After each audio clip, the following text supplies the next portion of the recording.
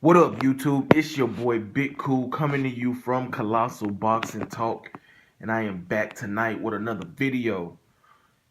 In this video, I will be giving you the recap of the highly disappointing, highly anticipated match between two upper echelon fighters, Vasyl Lomachenko and Guillermo Rigondeaux. And when I say it's disappointing, it's not because Vasyl Lomachenko didn't come to fight. It's because Guillermo Rigondeaux didn't come to fight.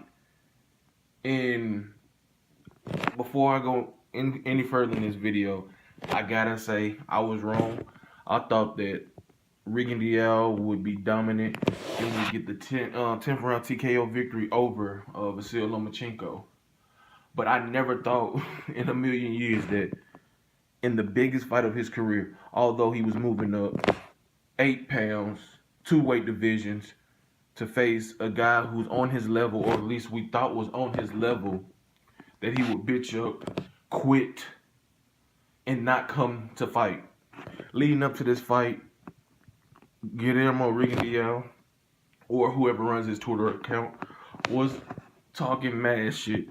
It was very hilarious, very entertaining, and he had everybody sold that he was gonna come and show something different. We all know the skills that Rigondeaux possesses. He's very accurate. He's very fast. He's he has very good foot movement. He's an excellent counter puncher, and at 122, he's very powerful. And we don't honestly we don't know if he's powerful at 130 because he didn't let his hands go at all against Lomachenko tonight. He quit after the 6th round. He said it was a knuckle injury or whatever the fuck it was. It's bullshit. Even if it comes out to be true that he hurt his hand, which he said in the post-fight interview with Bernard Usana, that he hurt it in the 2nd round. And, he ain't making excuses. He said he lost the fight, which he did. He was completely outclassed. He couldn't keep up with the younger, faster, Vasyl Lomachenko. Vasyl Lomachenko had his way with Rigondeaux. Rigondeaux held. Referee Steve Willis, deducted a point for him because he kept warning him, stop holding. And it got rough in there due to the holding from Rigondeaux. And Lomachenko smart. He was hitting him. He was pushing him off. He wasn't having none of that shit. And that's what you like to see in a fighter that, doesn't want to be held. And that was really, a part of Rigondeaux's attempt at defense in this fight. He did his typical squat down low, and when he did that, he took shots to the side of the head, to the back of the head.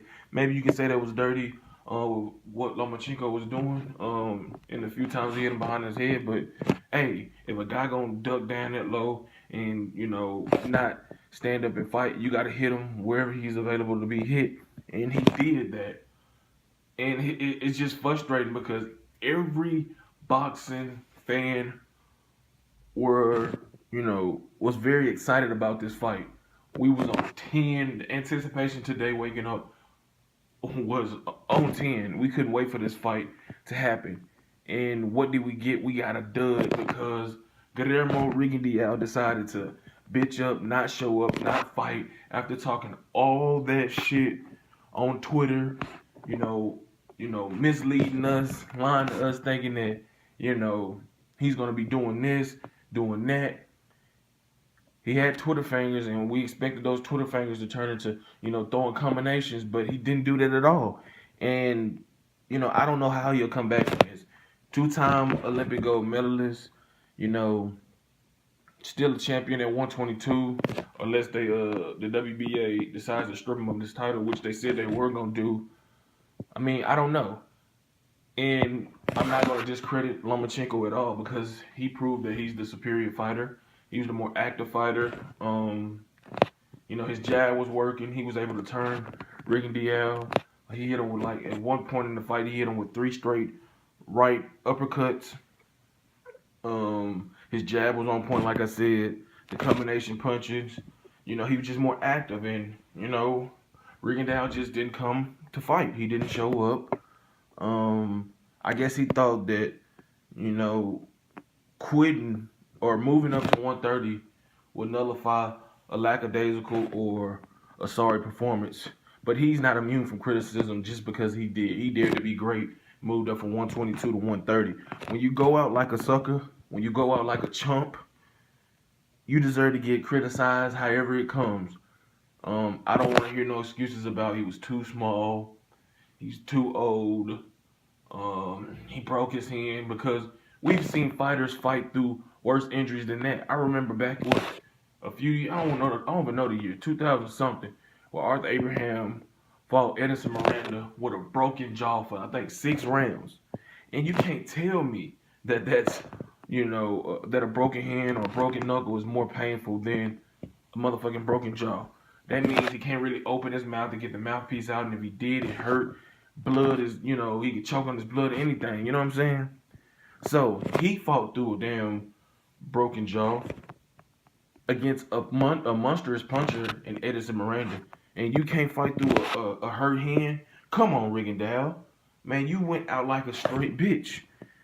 And it's hard to fucking, you know, keep your composure and maintain the, without going in on these fighters, because you don't want to be disrespectful. But he disrespected the sport of boxing. He disrespected every fan of his. He disrespected every fan of boxing because, we look at these guys as, gladiators and not put them on no pedestal. But, we don't go into a fight expecting a guy who's talked so much shit, a guy who's so skilled, to just fucking bitch out over, you know what I'm saying?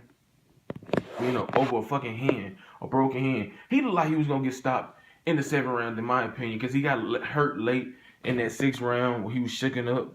Wasn't too bad, but if you was paying attention, he definitely got shooken up.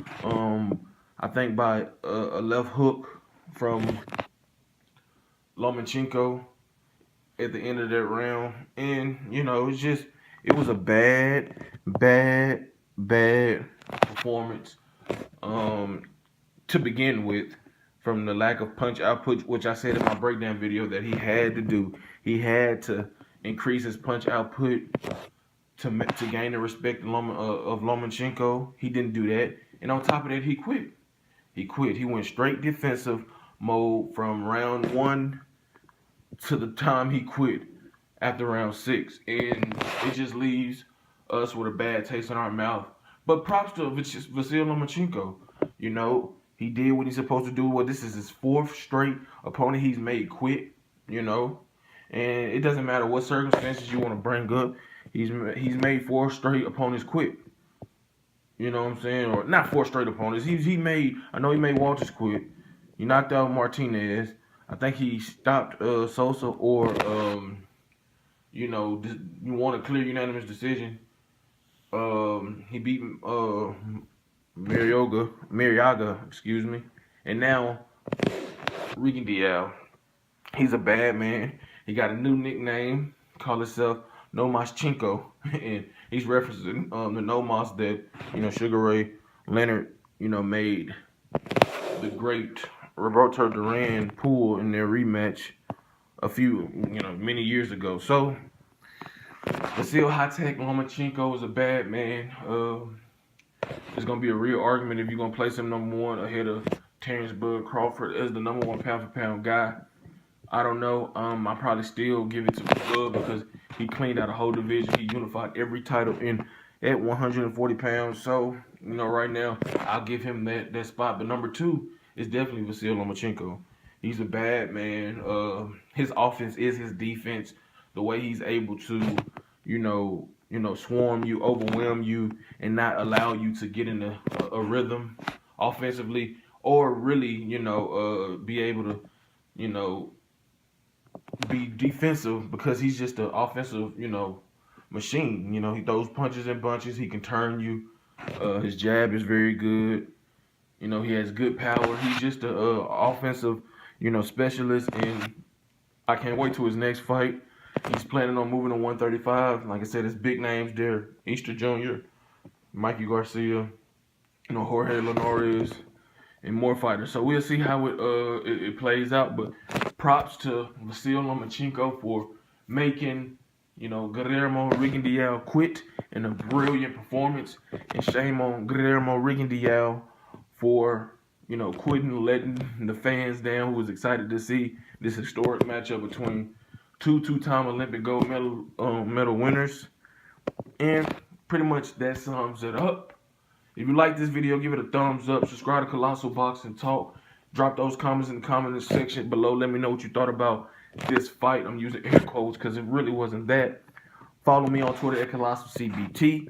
Head over to Facebook, smack that like button on the Colossal Boxing Talk Facebook page. Until next time, I'm out. Peace.